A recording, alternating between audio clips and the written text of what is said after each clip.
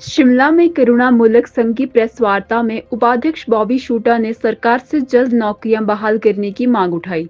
उन्होंने कहा कि व्यवस्था परिवर्तन का नारा केवल शब्दों तक सीमित रह गया है, जबकि करुणामूलक आश्रित परिवार अब भी इंतजार कर रहे हैं। साथ ही उन्होंने 5% कोटा को समाप्त करने की भी मांग की है। सबसे पहले आप सभी मीडिया बंधुओं का बहुत बहुत धन्यवाद करती हूँ कि आपके माध्यम से मतलब हम अपनी समस्याओं को सरकार तक पहुंचाने में सफल रहे हैं। आपका बहुत बहुत धन्यवाद। आपने समय पर हमें हमारा किस तरह से साथ दिया है, हमें कैसे सपोर्ट किया है, इसके लिए हम हमेशा आपके आभारी रहेंगे। आज मेरा जो हमारा मकसद है यहाँ पे करुणामूलक आश्रित परिवार से हम लोग आते हैं। तो ये सारे जो मेरे साथ बैठे हैं मेरे साथी हैं, करुणामूलक आश्रित परिवार से हैं ये। तो जैसा कि हम लोग वैसे तो 15-20 सालों से संघर्ष करते आ रहे हैं ये करुणामूलक नौकरी के लिए। तो मैं पहले बताना चाहूँगी कि ये करुणामूलक इसका मतलब क्या होता है। इसमें वो परिवार आते हैं जिन्होंने अपने परिवार का जो सरकारी एम्प्लॉयज़ रहे हैं, जो जिनकी अचानक से डेथ हो जाती है नौकरी के दौरान या वैसे, तो उसमें ये परिवार आते हैं, तो वो फिर करुणामूलक आश्रित परिवार कहलाते हैं।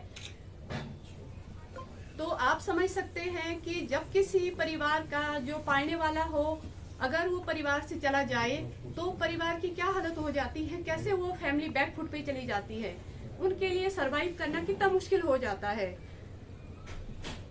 तो इसीलिए हमारा भी आज का जो मोटिव है वो यही है कि हम अपनी बात एक बार फिर से आप लोगों के माध्यम से सरकार तक पहुंचाए, क्योंकि सरकार को सत्ता में आए हुए लगभग 2 साल से भी ऊपर का समय बीत चुका है। तो हम इंतजार कर रहे हैं 15-20 सालों से कि कभी तो मतलब हमारे लिए भी कुछ होगा, फैसला लेगी सरकार, हमें हमारे हक मिलेगा।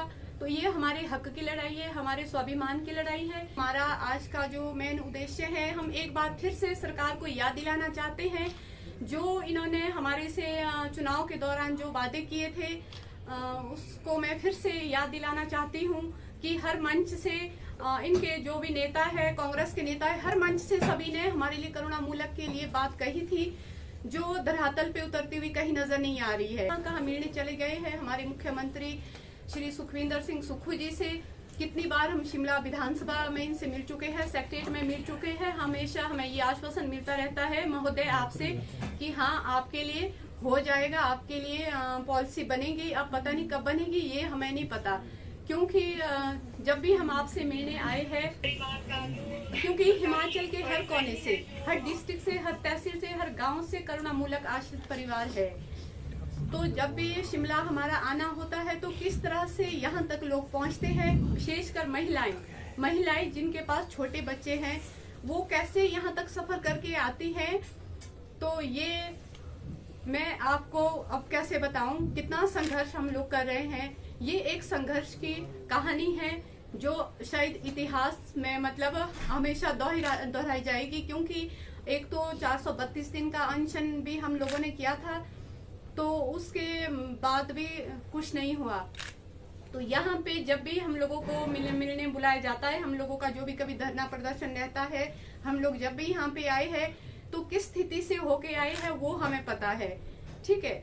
और अभी जो उस टाइम बरसात के दिनों में महिलाएं, सर कुछ महिलाएं ऐसी है, ऐसी जगह से आई है, मतलब कि अगर उन्हें कुछ हो जाता तो मतलब उनके बच्चे बाप से तो छूट ही गए थे और माँ से भी शायद छूट सकते थे।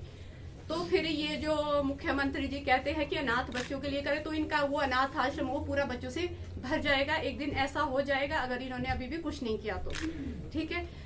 तो मेरा आज का कहने का यही है, तात्पर्य है कि इनके नेता ने चुनाव के दौरान जितने भी हम लोगों से वादे किए थे सर, हर मंच से अग्निहोत्री जी ने, डिप्टी सीएम साहब ने हमेशा ये कहा था कि हमारी सरकार सत्ता में आते ही सबसे पहले मैनिफेस्टो में नंबर 3 पे हमारे लिए जो रखा गया था कि भाई हाँ इन लोगों के लिए प्रावधान किया जाएगा, नौकरी का प्रावधान किया जाएगा। तो अब तो 2 साल हो गए हैं, धरातल पे कुछ भी नहीं दिख रहा है, तो कोई नौकरियां नहीं मिली हैं। कभी बोलते हैं कि इनके लिए क्या कहते हैं कमेटी गठित हो रही है, तो जब नहीं करना है, नौकरियां नहीं देनी है, तो सर ये कमेटी गठित करने का क्या फायदा है, ये हमें समझ नहीं आ रहा है। ये किस तरह की कमेटी गठित की गई है, ना ही कभी इसमें हम लोगों को इन्वॉल्व किया गया है, ना ही कभी हम लोगों से कोई इस विषय में कोई बातचीत हुई है। तो ये कैसी कमेटी है?